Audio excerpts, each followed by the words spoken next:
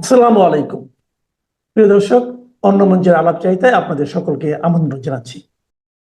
নমস্কার, আমি তরুণ ঘোষ। আপনারা সবাই হয়তো ভাবছেন পরবর্তী কি, বিএনপি তো জিতলো, আমাদের সেনাপ্রধান দ্বিবেদী সাহেব তাকে ফোন করে চরম ধমক দিয়েছেন যে আপনি যদি এইভাবে কাজ করতে থাকেন তাহলে ভারত আপনাকে তুলে আনতে 8 ঘন্টার বেশি সময় নেবে না। 8 ঘন্টা লাগবে আপনাকে তুলে আনতে। আপনি ভারতের কথা শুনে কাজ করুন, যেরকম বলা হয়েছিল সেই অনুযায়ী কথা বলুন, চলুন। তারপরে একদম ওয়াকারুজ্জামান পুরো খেলা ঘুরিয়ে দেন, মার দাঙ্গা চারিদিকে করে একদম জামাতের প্রার্থীকে একেবারে আটক করে গুলি শুদ্ধ বন্দুক সন্দুক আটক ফাটক করে টাকা পয়সা ধরে জামাতের মধ্যে একটা ত্রাস ধরিয়ে দেন। এদিকে আপনার আওয়ামী লীগ কর্মীরা তো ঘরের মধ্যে বন্দি, তার মধ্যে যতটা ইঞ্জিনিয়ারিং করা সম্ভব, রিগিং করা সম্ভব সব তো করে নিয়েছে। এখন হিসেব অনুযায়ী যদি অফিসিয়াল হিসেব ধরেন তাহলে 14%-এর বেশি ভোট পড়েনি। 14%, বাকিটা সব ভেজাল। আর বিএনপি ঘরে পুরো ভোটটা পড়েছে। হ্যাঁ, কিছু ভোট এরকম খবর আছে, কিছু ভোট আওয়ামী লীগেরও রয়েছে, যারা বিএনপির মানে এর তলায় আশ্বাসে বেঁচে আছেন যে আমরা তোমাদেরকে দেখব, তোমরা আমাদের সঙ্গে থাকো, তারা কিছু কিছু গিয়েছেন, এমন খবরও আছে। এখন ব্যাপার হচ্ছে, এই সকালবেলা আমি ভিডিওটা করতে বসলাম কেন, এখন ঘড়িতে বাজে 9টা। এই খবরটা হচ্ছে নিঃশব্দে অজিত দোভাল খেলে দিলেন এবং কালকে রাত্রিবেলা প্রধানমন্ত্রী নরেন্দ্র মোদী শেখ হাসিনাকে শুভেচ্ছা পাঠিয়েছেন, শুভেচ্ছা বার্তা পাঠিয়েছেন, মানে ফোন করে শুভেচ্ছা ফোন আলাপ হয়েছে এবং জিজ্ঞেস করেছেন দিদি আপনি কবে ফিরতে চান। এর মধ্যে নিহিত আছে এক গুরু তত্ত্ব, কবে ফিরতে চান। অর্থাৎ এবার আপনারা মনে করুন, পেছন দিকের ইতিহাস মনে করুন, যখন আমাদের তারেক জিয়ার মা যখন মারা গেলেন, তখন কিন্তু আমরা কিন্তু রাষ্ট্রদূতের হাত থেকে হাত দিয়ে কোনো রকম শোক বার্তা পাঠায়নি। গিয়েছিলেন কে? স্বয়ং জয়শঙ্কর। তিনি গিয়ে আলাদা তারেক রহমানের সঙ্গে মিটিং করেছিলেন এবং সেখানেই ঠিক হয়েছিল যে তারেক রহমান ক্ষমতায় বসবেন, ক্ষমতায় বসে তিনি এই যে আওয়ামী লীগের এই যে মানে আওয়ামী লীগকে নির্বাসনে পাঠানো এই যে সরকারি অর্ডারটা, সেটা উনি খারিজ করবেন। প্রথম ধাপ হচ্ছে এইটা, অর্থাৎ আওয়ামী লীগ, তার উপর থেকে সমস্ত মামলা তুলে নেওয়া হলো, আওয়ামী লীগের নির্বাসন প্রত্যাহার করে নেওয়া হলো সরকারিভাবে। তারেকের সমস্ত মামলা তো অনেক এই হয়ে গেছে, অর্থাৎ আওয়ামী লীগের সঙ্গে একটা বোঝাপড়া একটা ভারত করাচ্ছে। এইবার আওয়ামী লীগ নেত্রী বাংলাদেশে ফিরবেন। তাই নরেন্দ্র মোদী বলেছেন আপনি কবে ফিরতে চান, সেই অনুযায়ী তারেক রহমানের সঙ্গে কথাবার্তা হবে।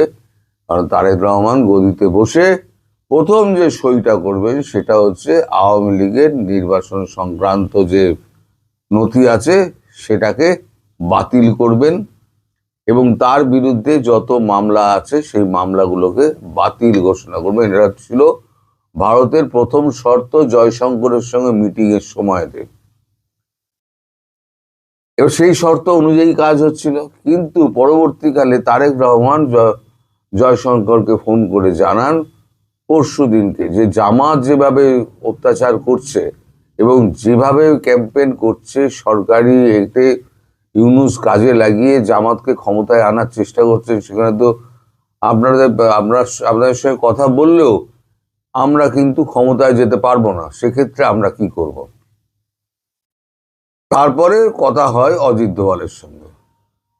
তারপর অজিত দোভালের বুদ্ধিতে হবে বা কিছু একটা হবে, আমাদের সেনাপ্রধান তারপরে ফোন করে চমকান হচ্ছে এই ওয়াকারুজ্জামানকে। ওয়াকারুজ্জামান বেসিক্যালি কিন্তু ভীতু মানুষ, সবসময় নিজে একটু বাঁচিয়ে চলেন, নিজের পেছনে বাটামটা যাতে না পড়ে সেই জন্য বাঁচিয়ে চলেন। ওয়াকারুজ্জামানের কাছে যখন এই ধমকটা গেল, তখন ওয়াকারুজ্জামান দেখলো আমি তো বিপদে পড়ে যাব। ভারতের কথা যদি শোনেন, সেনাপ্রধান বলেছেন ভারতের কথা যদি শোনেন তাহলে আপনি প্রাণে বেঁচে যাবেন এবং দেশেও থাকবেন, আর আপনি যদি বিদেশে যেতে চান সেটা আপনার ইচ্ছা, কিন্তু আপনার গায়ে কেউ হাত দেবে না।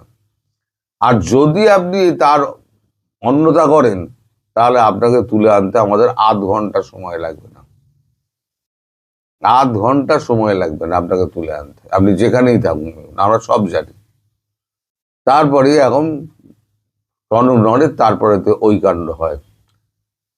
আপনাদের অনেকের মনেই প্রশ্ন ছিল, আমি গতকালকে ভিডিও যেটা করেছি সেখানে শেখ হাসিনার যে বার্তা আমি দিয়েছি, সেখানে আপনারা সবাই লিখেছেন যে পরবর্তী কি। পরবর্তী হচ্ছে এইটা যে প্রথম ধাপে শেখ হাসিনা এই আওয়ামী লীগকে নির্বাসিত করা, সেই আদেশটাকে খালাস করে দেওয়া। দ্বিতীয় হচ্ছে আওয়ামী লীগ নেত্রীর বিরুদ্ধে সমস্ত মামলা প্রত্যাহার করা, মানে বাতিল করা। এবং তৃতীয় হচ্ছে নিরপরাধ যত আওয়ামী লীগ কর্মী রয়েছেন, সাংবাদিক রয়েছেন, বুদ্ধিজীবী রয়েছেন, লেখক রয়েছেন, তাদের সমস্ত মামলা থেকে বেকসুর খালাস করে দিতে হবে। কোনো জামিন নয়, বেকসুর খালাস করে দিতে হবে। এগুলো কিন্তু শর্তের মধ্যে রয়েছে। অর্থাৎ এখন যারা আওয়ামী লীগের কর্মী, নেতা, যারা লেখক, বুদ্ধিজীবী, শিল্পী যারা রয়েছেন, যারা এই অত্যাচারের শিকার হয়েছেন, তারা এখন নিশ্চিন্তে থাকতে পারেন যে আগামী মাসখানেকের মধ্যে আপনাদের পুরোপুরি মুক্তির ব্যবস্থা হবে, সেখানে কোনো জামিনের প্রসঙ্গ থাকবে না। এবার সব তো হলো, শেখ হাসিনা যখন ফিরবেন তখন তিনি আবার নির্বাচনী কাজকর্ম শুরু করে দেবেন, আর এই সরকার টিকবে না। কারণ যখনই শেখ হাসিনা তার রাজনৈতিক কর্মকাণ্ড শুরু করবেন, তিনি যখন বলবেন যে আমাকে উৎখাত করা হয়েছিল, এই চক্রান্ত হয়েছিল আপনাদের চোখের সামনে, এইবার 16 বছর ধরে আমি যা করেছি, আমাকে চোর সাজানো হয়েছিল, আমি কতটা চোর কতটা সাধু আপনাদের চোখের সামনে, আমি কি দেশ রেখে গেছিলাম আর কি দেশ হয়েছে সেটা আপনাদের চোখের সামনে, অথচ আমাকে চোর প্রমাণিত করে আমাকে দেশটাকে বাধ্য করা হয়েছে, মানুষকে ভুল বোঝানো হয়েছিল, আপনাদের ভুল বোঝানো হয়েছিল। এই বার্তা যখন ধীরে ধীরে সশরীরে তিনি দেবেন, তখন দেখবেন হাওয়া পাল্টে গেছে, একটা বিদেশি চাপ একটা আসবে। ভারত চাইছে কি আপাতত ব্যাপারটা ধামাচাপা হোক, আপাতত জিনিসটা ধামাচাপা হোক, তারপর এখন দেখা যাবে ভবিষ্যতে কি হয়। আন্তর্জাতিক মহল থেকে একটা চাপ সৃষ্টি করে তখন একটা ফ্রি অ্যান্ড ফেয়ার ইলেকশন, মানে অন্তর্ভুক্তিমূলক এবং অংশগ্রহণমূলক যে নির্বাচন, যেটা হয়নি, সেই নির্বাচনটা করতে হবে আওয়ামী লীগকে রেখে, জাতীয় পার্টিকে রেখে, এবং আর যত দল আছে সমস্ত দলকে রেখে সেই নির্বাচন করতে হবে। আর সেই নির্বাচন যদি হয়, সমস্ত দলকে রেখেও যদি হয়, প্রধান বিরোধী দল হবে বিএনপি, এবং বিএনপি সেই মর্যাদা পাবে, ভারতের সঙ্গে যা কথা হয়েছে সেই বিএনপি সেই মর্যাদা পাবে।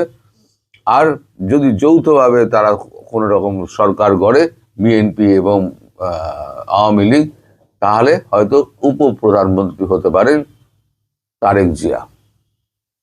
অঙ্কে এমনও রয়েছে, উপপ্রধানমন্ত্রী হতে পারেন তারেক জিয়া। এখন পুরোটাই হচ্ছে ভাসমান। এই যে আমি যেটা বলছি, আপনারা কোনোটাই ধরে নেবেন না যে এটাই হচ্ছে, এটা পুরোটাই হচ্ছে ভাসমান। কোনটা হবে কোনটা হবে না এটা আমি এখন আপনাদের বলছি বটে, এটা অনেক স্পেকুলেশন আছে। কখনো ধরে নেবেন না, আবার ভবিষ্যতে বলবেন না আপনি তো বলেছিলেন, তো হলো না। এগুলো হচ্ছে স্পেকুলেশন, কূটনৈতিক মহলে স্পেকুলেশন। যে স্পেকুলেশনের কথাটা আমি আপনাদেরকে বলছি, অনেক কিছুই করতে পারে। এটা আবার উল্টোও করতে পারে, সম্পূর্ণ উল্টো করতে পারে, তখন আবার অন্য ব্যবস্থা হবে। তো এখন আপনাদের যেটা এরকম প্রাথমিক জিজ্ঞাসা ছিল সেটা হচ্ছে শেখ হাসিনা কবে ফিরছেন। শেখ হাসিনা খুব শীঘ্রই ফিরবেন। আমার সঙ্গে তার কোনো কথাবার্তা হয়নি, কিন্তু আমি কূটনৈতিক মহল থেকে যেটা জানতে পেরেছি, প্রধানমন্ত্রী মোদীজির সঙ্গে কথা হয়েছে। প্রধানমন্ত্রী মোদীজি জিজ্ঞেস করেছেন, দিদি আপনি কবে ফিরতে চান? উনি বলেছেন, আমি যত শীঘ্র সম্ভব ফিরতে চাই, আপনারা ব্যবস্থা করুন। আমি কোনো সময় ভাবিনি যে আমার যিনি প্রতিদ্বন্দ্বিতা করছে সেটা ভিন্ন কথা, কিন্তু যে দলটি আমার সাথে প্রতিদ্বন্দ্বিতা করছে, বাংলাদেশে একমাত্র আমি বোধহয় এক ব্যক্তি যে হাজার হাজার মানুষের সামনে শেষ মিটিং এ দাঁড়িয়ে বলছি যে এইখানে আমি একটা রেফারেন্ডাম করতে আসছি আমার এলাকাতে, আমার ভোটটা হবে রেফারেন্ডাম। যারা মুক্তিযুদ্ধ চাও, যারা মনে করো ৭১ সঠিক ছিল, কারা কারা মনে করেন হাত তুলে দেখান। তখন সব মানুষ হাত তুলছে। আমি বলছি, যারা রাজাকারকে চাও আর মনে করো মুক্তিযুদ্ধ ভুল ছিল, তারা হাত তুলেন। কেউ হাত তুলে নাই। আমি বললাম, এই জায়গাটাতেই আমার ইলেকশন। মুক্তিযুদ্ধের পক্ষ এবং বিপক্ষ শক্তির ইলেকশন হচ্ছে আমার এলাকাতে। অন্তত আমি কোনো ফাও কথা, ফাঁকি কথা, অর্ধ সত্য কথা বলি না, আমি রিয়েল সত্য বলি। এখন বাংলাদেশের মুক্তিযুদ্ধই কঠিন পরীক্ষার সম্মুখীন, এবং রাজাকার এবং তাদের অধস্তন শক্তি, পরবর্তী শক্তিরাই এই দেশের ক্ষমতা দখল করে আছে এবং ইতিহাসটাকে উল্টে দেওয়ার চেষ্টা করছে। তার বিরুদ্ধে আমি যুদ্ধ করে পাশ করেছি। এই কথাই আমি দিচ্ছি, বাংলাদেশের মুক্তিযুদ্ধের জন্য পার্লামেন্টে প্রথম দিন যে কথা আমি বলবো, আমি সমস্ত সত্য কথা বলবো। আমি কাউকে ট্যাক্স দেই না। আমার এলাকার মানুষ মুক্তিযুদ্ধের উপরে ভোট দিয়েছে, সেই রেফারেন্ডামের উপর আমি কথা বলবো। এটা এক। দুই হলো, আমি আপনাকে বলেছিলাম যে একটা সেন্টারও কেউ পাস করবে না। আপনি জানেন আমার এলাকায় ১৫০টা সেন্টার। আমি এই কথাটা রক্ষা করতে পারিনি। আমার থানার 55 সেন্টার, এটাতে আমি সবগুলোতে পাস করছি। ১৫০ সেন্টারের মধ্যে অষ্টগ্রামের ৫৪টা সেন্টারের মধ্যে অ্যাক্সিডেন্টলি একটা সেন্টার বোধহয় সামান্য ভোট আমার কম হয়ে গেছে, ৫৩টাতেই জিতছি। আর মধ্যের যে থানাটা আছে, আপনার বোধহয় জানা আছে, এখানে একজন মহামানব আছেন। সেই মহামানবরা আওয়ামী লীগকে ডুবাইছে, বঙ্গবন্ধুকে ডুবাইছে, মুক্তিযুদ্ধকে ডুবাইছে। মহামানবের নাম হলো সাবেক রাষ্ট্রপতি আব্দুল হামিদ। উনার ইঙ্গিত বলবো না কি বলবো, বা উনার মানে ইচ্ছাতেই উনার থানাতে আমি ৩টা সেন্টারে, আমার উনার সেন্টার আছে ৪১টা, ৩টা সেন্টারে আমার কিছু ভোট কম হয়েছে। অন্য ৩৯টা সেন্টার, ৩৮টা সেন্টারে আমি জিতছি। অর্থাৎ ৪টা সেন্টার আমার বাইরে গেছে, আর সব সেন্টারে আমি জিতছি ১৫০টা সেন্টারের মধ্যে। এক। ২ নম্বর, আপনারা যখন বলতে লাগলেন যে জামাত এই দেশের ক্ষমতা দখল করে ফেলবো, আমি তখন কিন্তু বললাম, জামাত যদি এই দেশে ক্ষমতা দখল করে, আমি এই দেশে থাকবো না। আমি জনসভা করে বলছি, আমি দেশ ছেড়ে চলে যাব। রাজাকারের এত শক্তি হয় না এখনো বাংলাদেশে যে ক্ষমতা দখল করে ফেলবো ভোটের মাধ্যমে। আমি আপনাকে বলি, যদি জামাতের পক্ষে চক্রান্তকারী শক্তি না থাকতো সরকার সহ, তাহলে জামাতের সিট ২০টার চেয়ে কম হইতো। আমি খুব ক্লিয়ারলি বলছি, এবং আমার বিরুদ্ধে চক্রান্ত হলে আমার ভোট আরো ৫০ থেকে ৬০,০০০ বেশি হইতো। কিন্তু আমার বিরুদ্ধে যে চক্রান্ত, অর্থ, লাঠি শক্তি এবং চক্রান্তের শক্তি, ৩টা শক্তি আমার বিরুদ্ধে কাজ করেছে। আমার ধারণা, তারেক রহমানের নেতৃত্বে এখন বাংলাদেশ এমন যা একদিকে যাবে যে দিকটা ইউনূস সাহেবের বিপরীত, যত কথাই তারা বলুক। কারণ ইউনূস সাহেবের গত 18 মাসের যে কুকর্ম, অপকর্ম, এটার সঙ্গে যদি আমাদের মাথা মেলাতে হয়, আমার মনে হয় না এটা খুব ভালো ফল বয়ে আনবে বাঙালি জাতির জন্য। আমি আপনাকে খুব ক্লিয়ারলি বলি, আমি আগেই বলছি, আমি সব সত্য কথা বলি, অর্ধ সত্যও বলি না, মিথ্যা তো বলি না। আমি সত্য কথাগুলো বলবো গত 18 মাসে কি হয়েছে 5ই আগস্টের পরে, এবং যারা এই দেশের রাষ্ট্র ক্ষমতা 5ই আগস্টের পরে চালিয়েছে, তাদের যে অপকর্ম, ওই যে অপকীর্তি, তাদের যে দুর্নীতি, তাদের যে দেশ বিক্রির যে একটা প্রবণতা, এবং বন্ধুকে শত্রু বানানোর যে প্রবণতা, এবং এটা যে একটা মিনি পাকিস্তান বানানোর জন্য তাদের যে চক্রান্ত, এই সবগুলোর ব্যাপারে প্রশ্ন কিন্তু তুলে ধরবই। কিন্তু আমি একা তো আর পাশ করতে পারবো না, পাশ করবে আমার দল, মেজরিটি পার্টি। আমি বলেছিলাম, আপনার মনে আছে কিনা, যে ট্রুথ উপরে আমি বলছিলাম এইভাবে, হ্যাঁ, 3-8-24 240টা সিট বিএনপি পাবে। পরে বলছিলাম যে 8-10টা সিট এদিক সেদিক হইতে পারে, অবশ্যই 2/3 মেজরিটি পাবে। আজকে ইলেকশন হইছে, আপনারা যখন সমস্ত সাংবাদিকরা, আপনাকে আমি খুব বিরক্ত হয়ে বলছি, বাবা এই সব কথা কেন বল, যে এই যে এই জামাত পাস করে ফেলতেছে। আরে এই দেশের মানুষ এত পাগল হইছে, এত পাগল, এই দেশে এখনো 1 লাখের উপরে মুক্তিযোদ্ধা জীবিত আছে, ফজলুর রহমানদের মতো অধম মানুষেরা জীবিত আছে, রাজাকাররা ক্ষমতায় আইসা পড়বে, এটা তো হয় না। তবে আমার কাছে মনে হয়েছে যে the role of leadership of Awami League was not correct এই ইলেকশনের ব্যাপারে। আপনাকে বলি, এইখানে 60,000 আমাদের হিন্দু বন্ধুদের ভোট আছে, এর মাঝে যদি 40,000 কাস্ট হয়ে থাকে, আমি 40,000 ভোট কাস্ট হয়ে থাকলে আমি 39,000 39,500 ভোট পাইছি তাদের। 500 ভোট হয়তো বলে টুলে যাইতে পারে, মেয়েরা সিল দিতে পারে না, কিন্তু সব ভোট আমার হয়েছে। এটা আপনি বোধহয় বুঝতে পারছেন, বা আপনার জানা থাকার কথা। এর কারণ হলো, তারা মনে করে ফজলুর রহমান যদি এই এলাকার এমপি হয় এবং দেশের পার্লামেন্টে কথা বলতে পারে, তাইলে এই দেশে হিন্দু বলতে যাদেরকে বলা হয়, অথচ একদিন কিন্তু আমরা হিন্দু, মুসলমান, বৌদ্ধ কি খ্রিস্টান, আমরা কিন্তু বাঙালি জাতিসত্তা হিসাবে বসবাস করার জন্য রাষ্ট্রটা তৈরি করেছিলাম। তুমি কে, আমি কে, বাঙালি বাঙালি।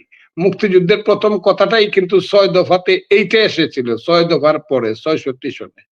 কাজেই এই জায়গাটা আপনাকে আমি বলি, এই জায়গাটা নিয়ে কোনো কম্প্রোমাইজ হবে না। এবং যারা গত 15 মাসে বা 18 মাসে এই দেশটাকে পাকিস্তান বানাতে চাইছে, এদের ব্যাপারে কথা বলবো। আমি কোন ছাড় এদেরকে দিব এটা মনে হয় না দিতে পারবো। আমি সত্য কথাগুলো তাদের সম্পর্কে বলবই, কারণ তারা এই দেশটাকে এমন একটা জায়গায় নিয়ে গেছিল বা গেছে, যে জায়গা থেকে মুখ দেখানোর কোনো ব্যাপার আর বিদেশের অন্য দেশের কাছে থাকে না। জাতি হিসাবে আমরা খুব ছোট হয়ে গেছি। ইউনূস সাহেবেরা 1 নম্বর ভুল ছিল, তাদের সিদ্ধান্ত যখন নেওয়ার কথা এই দেশের রাজনীতি এবং ইলেকশনের ব্যাপারে, তখন কিন্তু তারা এখানে একটা সিদ্ধান্তহীনতার মধ্যে ছিল। কিন্তু সিদ্ধান্তটা যখন তারা সর্বশেষ নিল, তখন কিন্তু তারা ভুল সিদ্ধান্ত নিল। কি ভুল সিদ্ধান্ত? সেটা হলো, তাদের উপর থেকে বলা হইলো যে ভোটের বাক্সের কাছেই যাওয়া যাবে না, ভোট সেন্টারের কাছেই যাওয়া যাবে না। আচ্ছা ঠিক আছে, ভোট সেন্টারের কাছে না গেলে তো একটা বুঝতাম যে এটা খুব ক্লিয়ার একটা সিদ্ধান্ত, ভোট সেন্টারের কাছে যাবে না। যেমন এই 18 সনের না 24 সনের ভোটে বিএনপি বলছে আমরা যাব না, হ্যাঁ, কাজে আমরা যাই নাই। কিন্তু তারা ভোট সেন্টারের কাছে যাবে না বলে দেখা গেছে সব জায়গাতে তাদের 2 ধরনের কাজ হয়েছে। এক ধরন হইলো, যারা নিরীহ আওয়ামী লীগ করে দেশের মধ্যে আছে, দুইটা একটা কেস খাইছে, একটু পালায় টালায় থাকে, আবার একটু মানুষ মনে করে যে এরা ভালো মানুষ, এই ভালো মানুষগুলো আবার ভোট দিছে ভোট সেন্টারে গিয়ে। আমার কথাটা খুব বোঝার চেষ্টা করেন। আর যারা এখনো এই দেশে মানুষ মনে করে এরা খারাপ কাজ করছিল, আওয়ামী লীগের সর্বনাশ করছিল, মুক্তিযুদ্ধের সর্বনাশ করছিল বঙ্গবন্ধুর নামে এবং মুক্তিযুদ্ধের নামে, এরা সব জামাতকে ভোট দিচ্ছে। আমার কথাগুলো তাইলে 3 দিকে গেল কিন্তু আওয়ামী লীগ। একটা হলো নেতৃত্বের ডিসিশন হইলো don't go to polling centre, ঠিক আছে, এটা মানলে কথা ছিল না, কিন্তু গেল, কিন্তু 2 দলই গেল। ভালো মানুষ যারা তারা বিএনপি কে ভোট দিল, আর যারা ওই বিভিন্ন ধরনের খেলায় মত্ত তারা জামাতকে ভোট দিল। এবং আমার এলাকাতে তাই হয়েছে বেশিরভাগ। ভালো যে আওয়ামী লীগ যারা, সব নিরীহ আওয়ামী লীগ, মুক্তিযুদ্ধের পক্ষের আওয়ামী লীগ সব আমাকে ভোট দিছে। আর আজকে দুর্ভাগ্যজনক ভাবে আপনি জানেন, মিঠামইন থানা রেজাল্টটা দেখে আপনি বুঝবেন এই রেজাল্ট ফজলুর রহমানের বিরুদ্ধে হইতে পারে না, আব্দুল হামিদের সিদ্ধান্ত ছাড়া। আমার কথাটা আপনি, এটা আমি খুব ক্লিয়ারলি দেখায় দিব যে এই উনার বাড়ির সেন্টার, উনার বাড়ির সেন্টারে জামাত পাস করে কেমনে, উনার বাড়ির সেন্টার, এবং সেন্টারটা হইলো উনার বাড়ির স্কুলে, বাড়ির ঘরের মধ্যে। এই সেন্টারে জামাত পাস করে কেমনে, উনার ইউনিয়নে জামাত পাস করে কেমনে? একটা ইউনিয়নে পাস করছে জামাত, সেটি তার আপন শালা ইলেকশন করছিল করিমগঞ্জ তারাইল থেকে, জীবনে ওই এলাকাতে 10,000 ভোট পায় নাই জামাত, দাঁড়াইবারই সাহস পায় নাই। এখন তার আপন শালা দাঁড়ায় উসমান ফারুকের মতো ক্যান্ডিডেটে প্রায় ফেল করে দিয়েছিল, 3,000 ভোটে উসমান ফারুক সাহেব পাস করছে 86 and 83, তার শালা পাইছে 83, যেখানে 3,000 ভোট পাওয়ার মতো অবস্থা করিমগঞ্জ তারাইলে নাই। আমি সেই কারণে কথাটা বলছি যে আব্দুল হামিদ সাহেবের মতো লোক যদি জামাতকে ভোট দেওয়ায়, এর চেয়ে দুর্ভাগ্য। উনি বলতে পারতো ডোন্ট গো টু সেন্টার। আমি আপনাকে একদম প্রমাণ দিয়ে বললাম যে একটা ইউনিয়নেই আমি ফেল করি, ইউনিয়ন আমার সেন্টার, আমার কনস্টিটিউয়েন্সি, এর মধ্যে একটা ইউনিয়নে ফেল করছি, সেটা হলো আব্দুল হামিদের ইউনিয়ন এবং তার বাড়ির সেন্টার। আওয়ামী লীগবিহীন নির্বাচনে বিএনপির ভূমিধর জয়, জামাতের উত্থান এবং আগামীর বাংলাদেশের রাজনীতি কি হতে যাচ্ছে একটা ভিন্ন প্রেক্ষাপটে বলা যায়। বাংলাদেশের ত্রয়োদশ জাতীয় সংসদ নির্বাচন অনুষ্ঠিত হলো, যে প্রেক্ষাপটের দৃশ্যে বাংলাদেশের প্রধান রাজনৈতিক দল আওয়ামী লীগ অনুপস্থিত। আওয়ামী লীগকে আর্টিফিশিয়ালি অনুপস্থিত করে রাখা হয়েছে, কারণ এই যে গত 1.5 বছরে বা নির্বাচনের আগেও বিভিন্ন গোয়েন্দা সংস্থা, সরকারি, আওয়ামী লীগ নিষিদ্ধের পরেও যত জরিপ হয়েছে, সব জরিপে যদি একটা নিরপেক্ষ নিউট্রাল ভোট হতো আওয়ামী লীগ সহ, আওয়ামী লীগ জয় পেত ভূমিধর জয়, এবং ভোটের পার্সেন্টেজ, আওয়ামী লীগের পার্সেন্টেজ হতো 50%-এর উপরে, সব জরিপ যা দেখেছি, এবং আসন পেত 2 শতাধিক আওয়ামী লীগ। কিন্তু যেহেতু আওয়ামী লীগের এত বড় জয়, অন্ততপক্ষে এই যে মবের বাংলাদেশ এটি মেনে নিতে পারবে না। এই মবের বাংলাদেশ যেহেতু মেনে নিতে পারবে না, সেহেতু আওয়ামী লীগকে নির্বাচন থেকে বাইরে রাখা হয়েছে। বাইরে রেখে ফলাফল কি হলো? ফলাফলটা পেল আরেকটি বাংলাদেশের প্রধান বড় রাজনৈতিক দল বিএনপি। 2 দশকের চেনা দৃশ্যপট পাল্টে দিয়ে এই নির্বাচনে অনুপস্থিত ছিল দেশের অন্যতম বড় রাজনৈতিক দল আওয়ামী লীগ, আর তাদের অনুপস্থিতিতে ব্যালট পেপারের এই লড়াইয়ে অভাবনীয় জয় পেয়েছে বাংলাদেশ জাতীয়তাবাদী দল বিএনপি। সর্বশেষ বেসরকারি ফলাফল অনুযায়ী বিএনপি ও তাদের মিত্ররা 2/3 আসনে জয়লাভ করে নিরঙ্কুশ সংখ্যাগরিষ্ঠতা অর্জন করে এখন সরকার গঠনের পথে। অন্যদিকে জামাতে ইসলামী তাদের রাজনৈতিক ইতিহাসের সেরা ফলাফল করলেও সরকার গঠনের একটা স্বপ্ন দেখছিল। এটাকে আমি দুঃস্বপ্ন বলি, এটা বাংলাদেশ, তাদের সেই দুঃস্বপ্ন পূরণ হয়নি। কিন্তু নির্মম বাস্তবতা হলো, অতি তিক্ত বাস্তবতা হলো, জামাত বিরোধী দলের আসনে বসছে, সংসদের বিরোধী দলের আসনে, আর বিএনপি একক সংখ্যাগরিষ্ঠ দল হিসেবে সরকার গঠন করতে যাচ্ছে। এবারের নির্বাচনে উল্লেখযোগ্য দিকগুলোর মধ্যে ছিল বিএনপির চেয়ারপারসন তারেক রহমানের 2টি আসনে বিজয়। তিনি ঢাকা 17 এবং বগুড়া 6 আসন থেকে বিপুল ভোটে জয়ী হয়েছেন। এছাড়া ঢাকার 20টি আসনের মধ্যে 14টিতে বিএনপির প্রার্থীরা জয়ী হয়ে রাজধানী নিজেদের দখলে রেখেছেন। তবে ঢাকা নিয়ে জামাতের কিন্তু ব্যাপক কর্মকাণ্ড ছিল, জামাতের এখানে ব্যাপক বিনিয়োগ ছিল এবং প্রচুর অচেনা ভোটার, বহিরাগত ভোটার ইত্যাদি দিয়ে ঢাকায় তার একটা বড় অবস্থান করতে চেয়েছিল, কিন্তু শেষ পর্যন্ত জামাত কিন্তু এখানে ব্যর্থ হয়েছে। এবং জামাতের আরও বেশ কিছু ব্যর্থতা আছে, যেমন জামাত জোটের বেশ কিছু হেভিওয়েট নেতা পরাজিত হয়েছেন। খেলাফত মজলিসের আমির মাওলানা মামুনুল হক, এবি পার্টির মুজিবুর রহমান মঞ্জু এবং এবি পার্টির সেক্রেটারি ফুয়াদ, সেও পরাজিত হয়েছে। এবং জামাতের সেক্রেটারি জেনারেল মিয়া গোলাম পরোয়ারের পরাজয় রাজনৈতিক মহলে ব্যাপক আলোচনার জন্ম দিয়েছে। অন্যদিকে এনসিপির আহ্বায়ক নাহিদের ইসলাম ঢাকা 11 আসনে জয়ী হয়েছে। জামাত আমির ডক্টর শফিকুর রহমানও ঢাকা 15 আসনে বিজয়ী হয়েছেন। সিলেট বিভাগে বিএনপি বেশ বড় ধরনের সাফল্য পেয়েছে এবং জামাত সেখানে একদম জিরো। সিলেট বিভাগের মোট 19টি আসনের মধ্যে 18টিতেই বিএনপির প্রার্থীরা জয়ী হয়েছে। একটি আসনে অন্য একটি ইসলামী দল, সেটি জামাত জোটেরই একটি ইসলামী দল জয়ী হয়েছে। গতকাল নির্বাচনে খুব বড় ধরনের সহিংসতা বা প্রাণহানির ঘটনা ঘটেনি, এটি সত্য, কিন্তু ভোটার উপস্থিতি ছিল, আমরা গতকালকেও এটি নিয়ে কথা বলেছি, অতি নগণ্য। আপনারা জানেন যে আওয়ামী লীগ একটা ক্যাম্পেইন ডেকে দিয়েছিল যে নো ভোট নো ভোট।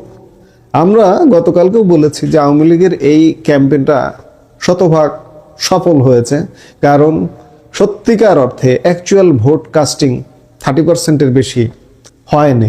এখন নির্বাচন কমিশন 50% দেখাতে পারে, দেখানোই যায়, সেটি আলাদা বিষয়, কিন্তু ম্যাক্সিমাম 30% মানুষ ভোট দিয়েছে। এতে করে একটি জিনিস প্রমাণিত হয়েছে যে বাংলাদেশের একটি বিশাল জনগোষ্ঠী এই নির্বাচন প্রক্রিয়ার থেকে বাইরে ছিল এবং এই নির্বাচন প্রক্রিয়াটাকে সব দলের অংশগ্রহণে যেহেতু নির্বাচন হচ্ছে না, এই যে সব দল কথাটি যখন বারবার আসে তখন কেউ কেউ বলেন সব দল মানে সব দলই অংশগ্রহণ করেছে, শুধু আওয়ামী লীগ করেন। এই শুধু আওয়ামী লীগটাই তো বাংলাদেশের জনগণ।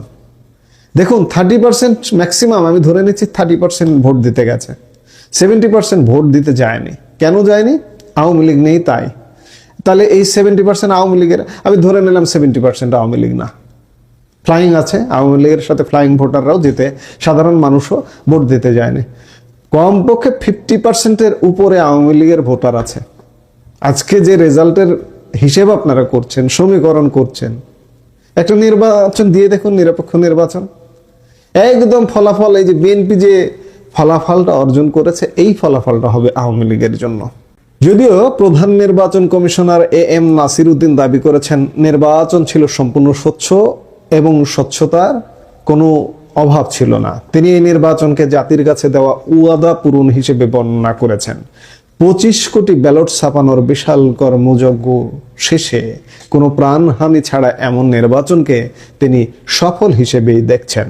এখানে এই নির্বাচনে উল্লেখযোগ্য একটি দিক যে জামাত আশা করেছিল তারা হয়তো সরকার গঠন করবে বা বিএনপির খুব কাছাকাছি থাকবে, কিন্তু ফলাফল বলছে বাংলাদেশের সাধারণ মানুষ জামায়াতের উপর ভরসা করলেও তাদের হাতে ক্ষমতা দিতে প্রস্তুত নয়। বিশেষ করে উত্তরাঞ্চল ও পশ্চিমাঞ্চলে জামায়াত ভালো করলেও দেশব্যাপী বিএনপির জোয়ারের কাছে তারা নতি স্বীকার করেছে। বিশ্লেষকরা বলছেন যুদ্ধাপরাধের তকমা এবং সাম্প্রতিক সময়ে নারী নিয়ে নানা রকম বিতর্কিত মন্তব্যের কারণে এবং কট্টর ইমেজ থেকে বের হতে না পারায় জামাতের সরকার গঠনের স্বপ্নভঙ্গের কারণ। তবে বিরোধী দল হিসেবে তাদের এই উত্থান আগামীর সংসদে এক নতুন মেরুকরণ তৈরি করবে।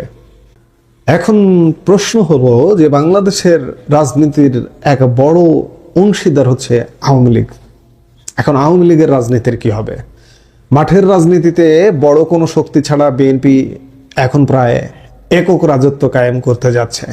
তারেক রহমান এরই মধ্যে কোনো বিজয় মিছিল না করার এবং মসজিদে দোয়ার আহ্বান জানিয়ে পরিপক্কতার পরিচয় দিয়েছেন। তিনি হয়তো প্রতিহিংসার রাজনীতি থেকে বেরিয়ে আসার বার্তা দিতে চাইছেন। তবে বিরোধী দলে জামাতের অবস্থান এবং রাজপথে এই মুহূর্তে অনুপস্থিত আওয়ামী লীগের পুনরুত্থান ঘটবে কিনা তা নির্ভর করবে নবগঠিত সরকারের কার্যক্রমের উপর।